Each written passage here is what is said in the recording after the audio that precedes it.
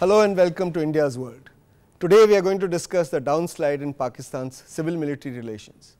The Pakistan army is said to be upset with the government of Prime Minister Nawaz Sharif. It is upset with ministers making critical comments against the army. It is also upset with the way in which the former dictator General Pervez Musharraf's trial for high treason is proceeding. It also wants the government to stop negotiating with the violent Islamic group, the Taliban Pakistan, and wants to continue military operations against it. For once it seems that the politicians in Pakistan are defying the mighty army which was known to boss over them in the past. What do the current developments mean for civil-military relations in Pakistan? To answer this and other related questions, we have with us three experts on Pakistan. We have with us Ambassador Vivek Katju. He was the head of the Pakistan desk in Ministry of External Affairs for 6 years and was also India's ambassador to Afghanistan, Myanmar and Thailand. He is known for his hardliner views on Pakistan, but he says he is a realist. We have Mr. Tapan Bose. He is a tireless crusader for peaceful relations between India and Pakistan and is well respected in both countries.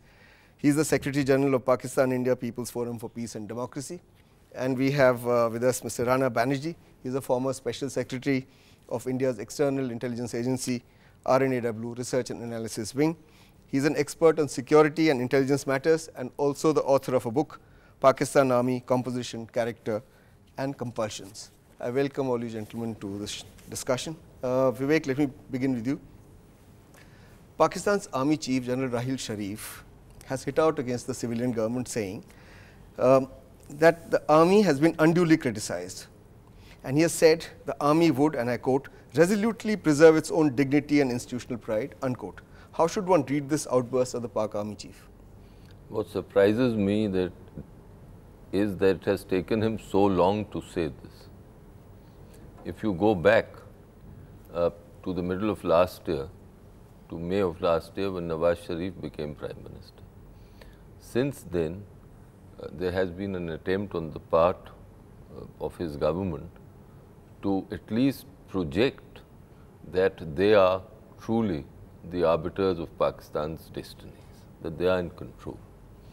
And that is why you will recollect that the appointment of Rahil Sharif as the army chief as successor to Kayani was taken to the very last, almost the last day of General Kayani's term. Now, all this was to show not so much to the army, I think, but to the world that the government was in control. The fact is that the Pakistan army has a certain status, a certain political status within Pakistan. And the army has watched with dismay all the developments you have mentioned in your opening remarks. And it has now realized that it cannot stay mute anymore and that it must assert itself, and that is what it has done. All right, all right.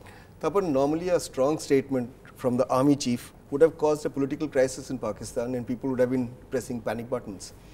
So, but it hasn't happened this time around. Now, can one say that this is a sign that the civilian government in Pakistan has become more resilient and it can absorb such comments without getting panicky about what the army chief is saying? I think so. I think, whatever has been appearing in the Pakistani press since his statement doesn't give any impression of any deep crisis or anybody running for cover. No, why is this? My question is, why is this happening? The fact that, well, as Vivek was saying, that it's a fairly changed situation from Kayani to Rahil Sharif. And also, I think, you have to take into consideration the fact that the Pakistan army itself has been changing its overall strategy and understanding of the threat emanating both from India as well as internal militancy, which I understand General Sharif is one of the people who believes that both are all equally bad. So there has been a shift in that sense. And the third, I think, you see, after all, Musharraf cannot be defended publicly, no matter what, in the given situation. And Musharraf's fall and the things that have happened has left army in a very a difficult situation to assert itself. And I think it's quite clear that even from Kayani's time that they decided not to be involved in day-to-day governance. 2008 onwards they decided. Yeah, except foreign policy, and that too only on issues of Afghanistan, India and the US. No, but that's precisely what is changing. So let me ask Mr. Banerjee this. Do you think we are witnessing greater tolerance and understanding between the army and the civilian politicians today? Well, I would say that the last word on this subject is not yet been said.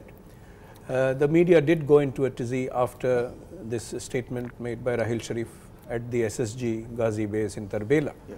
And since then there has been a lot of rumor mongering as to where this relationship is going. Historically, the army has always dominated the civilians and also looked down with a certain amount of disdain at their capacity for good governance.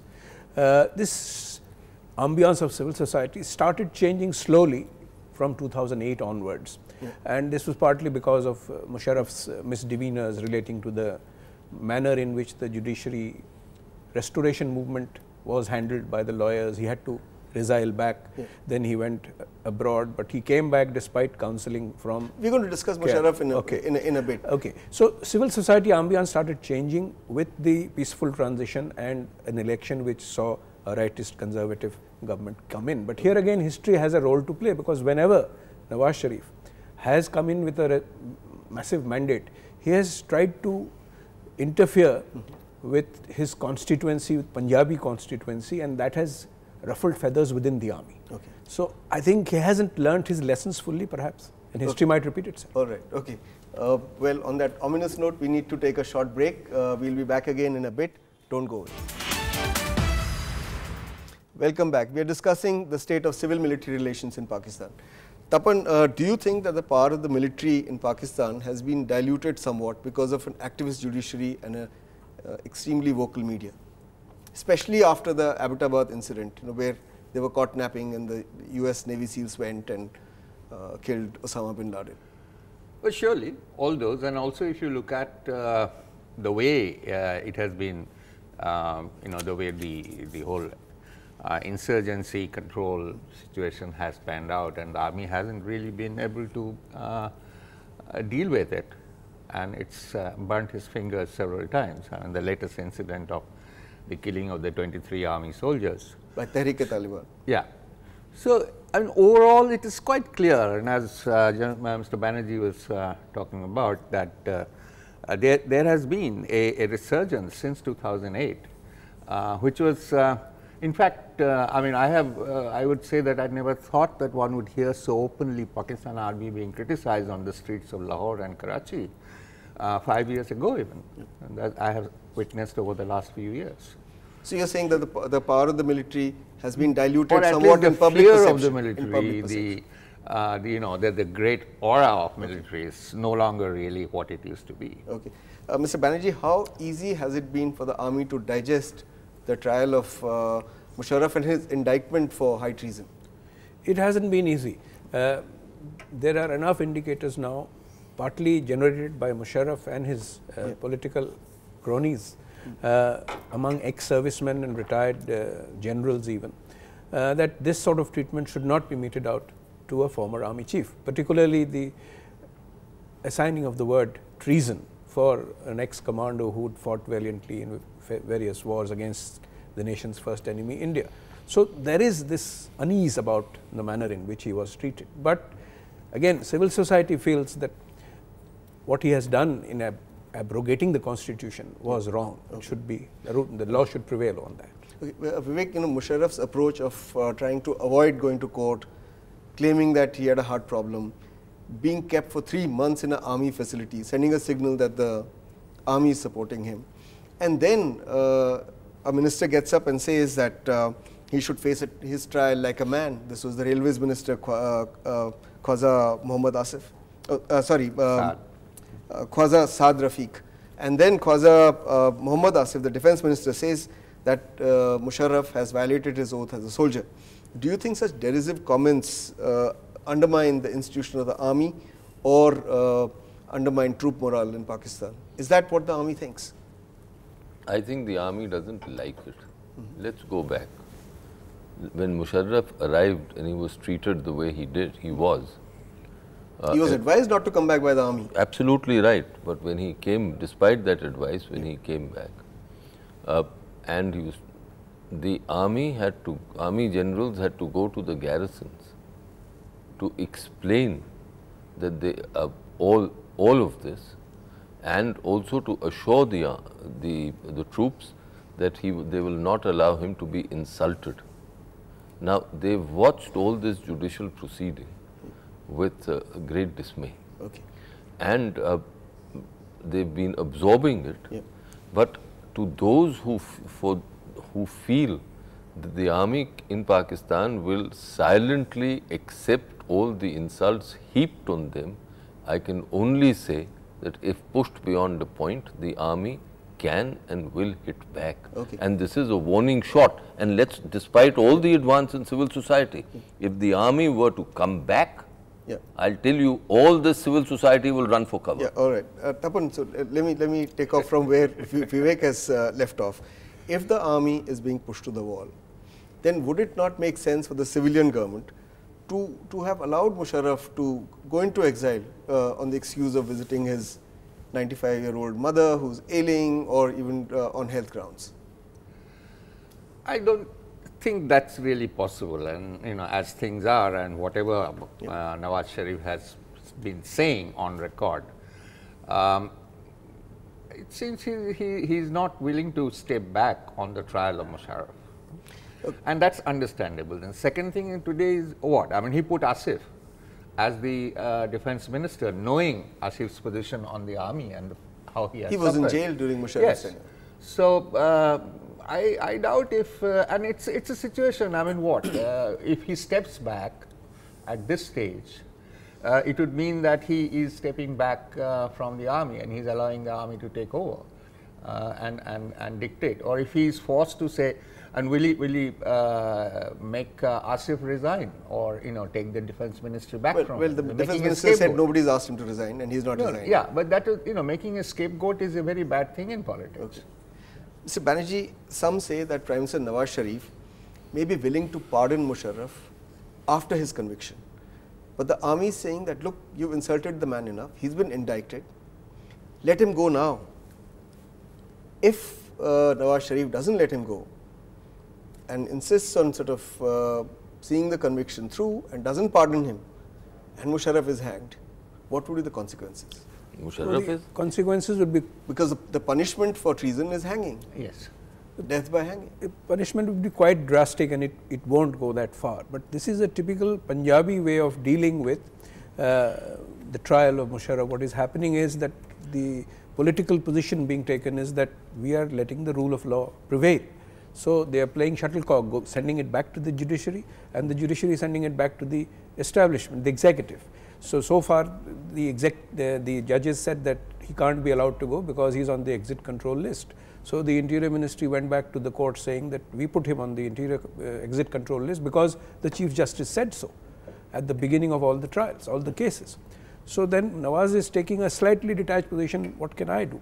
And so, this will play out for a while. It will play out till all the cases against Musharraf come to the courts and all that. No, so you were shocked when I said that Musharraf could get the death penalty, but do you think conviction will not lead to death penalty?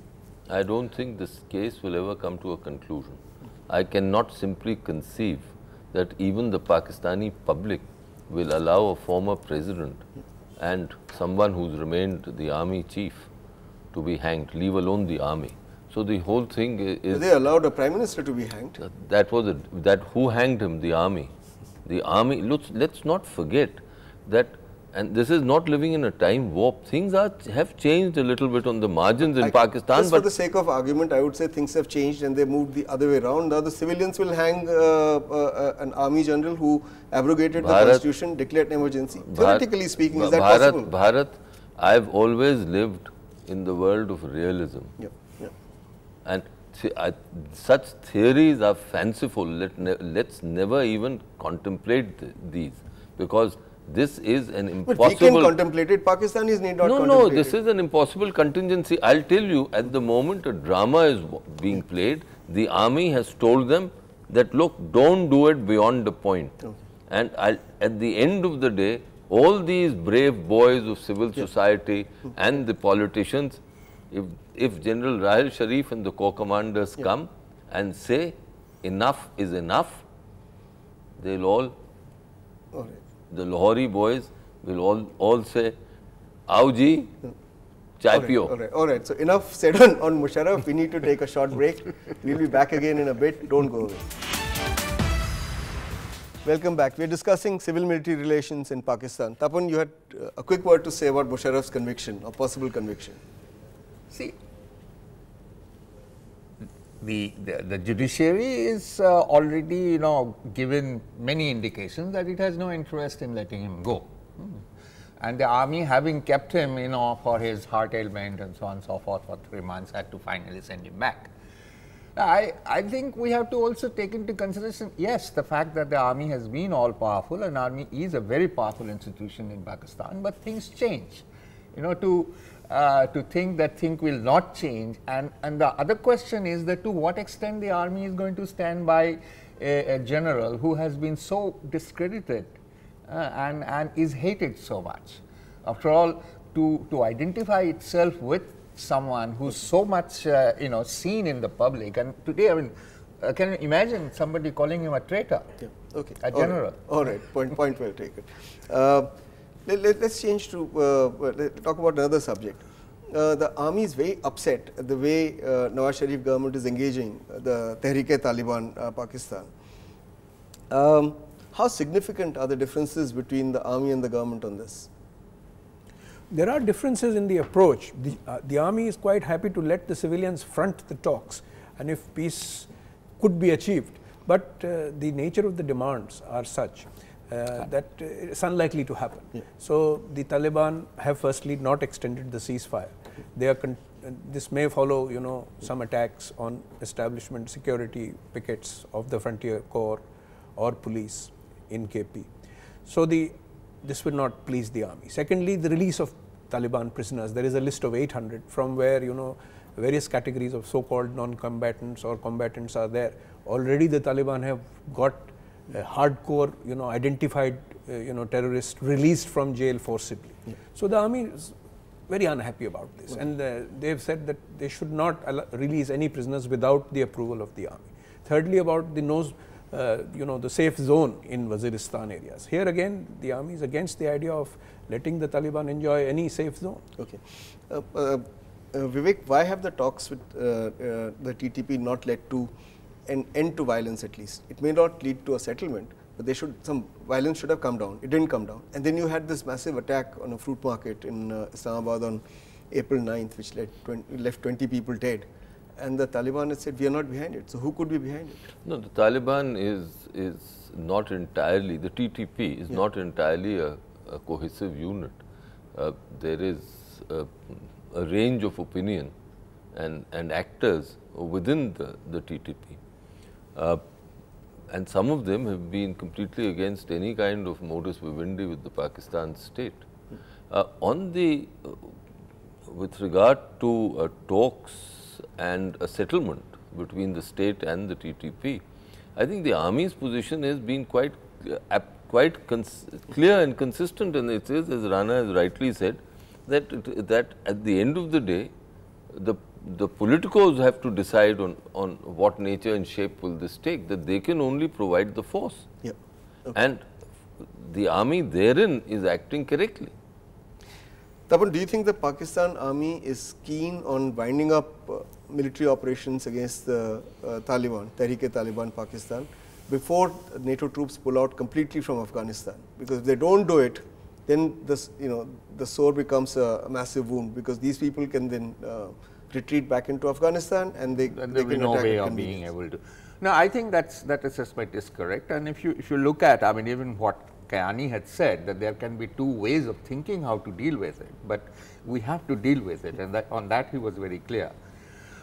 See, except the Haqqani group, whom of course Pakistani doesn't want to touch, but as far as the TTP is concerned, I think they've been quite clear. And if you look at the February national security policy that the Nawaz Sharif government introduced, and the terms and even the details of the operational, whatever has come out, and the way the army has expressed its position very clearly. And in that area, I think, General Rahil Sharif is also a person who is fairly committed to it. He's one of the architects of this new line that, we have to deal with it very firmly, and it is as much a threat to national security as India. Okay. So I think it's quite clear. Okay. Mr. Banerjee, do you expect the tensions between the government and the army to escalate if the army doesn't get permission quickly to annihilate the TTP or launch military operations and weaken them sufficiently? Not immediately, no, but there may be differences on issues. Particularly, you see, there are two aspects. One, the enhancing faction fighting within the Taliban. There is a burgeoning rift between the Fazlullah faction and the Masouds. Secondly, how the situation in Afghanistan pans out. The Afghan Taliban will be helped by the Pakistan army, but not in a manner which strengthens the Tehrik-e-Taliban to attack the Pakistani establishment. Okay. So, this is a fine balancing act which the army will do, keeping the civilians in the front. Okay. Vivek, let me ask you a slightly different question. Do you think, in the context of the rise of Islamic militancy in that region, can we now see the Pakistan army as a stabilizing factor? Something that India has not appreciated in the past. I mean, here is an army that wants to finish off Islamic militancy of Tehrik-e-Taliban Pakistan to stabilize their country, and stabilize the region thereby. No, the Pakistan army has always wanted that it should have Islamist militancy under its control. So, it's only opposed to those militants who are absolutely on this. There has been never any doubt. They will not take on the Lashkar, and which is an instrument of their policy, and they will not take on the Afghan Taliban. So, they will stabilize Pakistan, but not the region. Is that what you are saying? They want to stabilize Pakistan. Whether they achieve in this objective is a separate issue. Okay. Okay. Okay. Last question to you, Tapan. What is beneficial to India in the long run? The balance of power shifting in favor of the civilian government or in favor of the military in the long run? Because there are people in this country who yearn for the days when they were negotiating with General Musharraf. Well, I mean, as the evidence is, the civilian government has always, over the last 10 years, have tried to extend better relations with India. As, even Musharraf was not so bad, I mean, in many ways, and so was the PPP government and Nawaz Sharif. So certainly, and I would say, as a person who has been quite deeply concerned about the situation and wanting to improve the situation, that it is in our interest, in long-term interest, to strengthen the democratic forces in Pakistan and the government. We've run out of time.